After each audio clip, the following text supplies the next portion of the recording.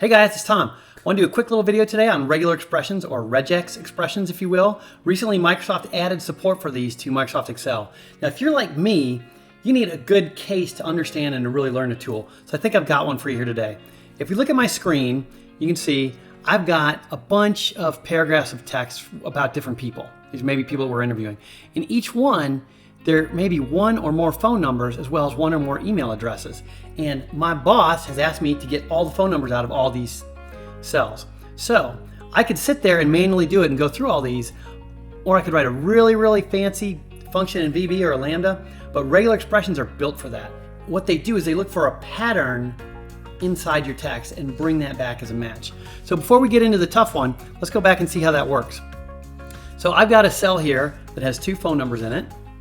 And what I want to do is get just the first three numbers in that cell. So if I look at this formula, I'm going to use REGEX extracts.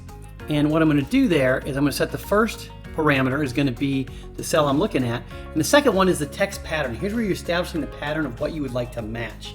And we're not going to get into all that in this video because there's a ton of things you can look up, but I'll just tell you a /D means it's looking for one digit. So right now this function is just looking for 3 digits consecutively, the first occurrence. If I hit enter, it does indeed return the first occurrence.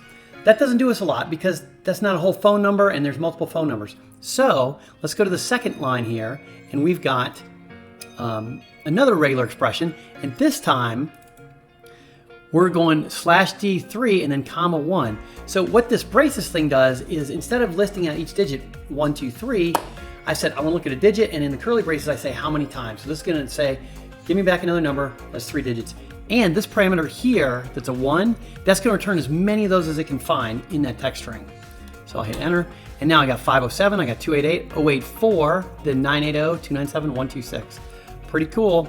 So the last thing we're going to do is look at how to extract the phone numbers from this text. So if I go over here, double click, this one's a little bit more complicated, but if you look here, I'm looking for slash parentheses. I'm looking for the first parenthesis, then I'm looking for 3 digits in the closing parenthesis, then I'm looking for 3 more digits, then either a dash or a period, and then 4 digits. That's the pattern to return a phone number. And if I got that comma 1, I'll return both phone numbers in that particular text string.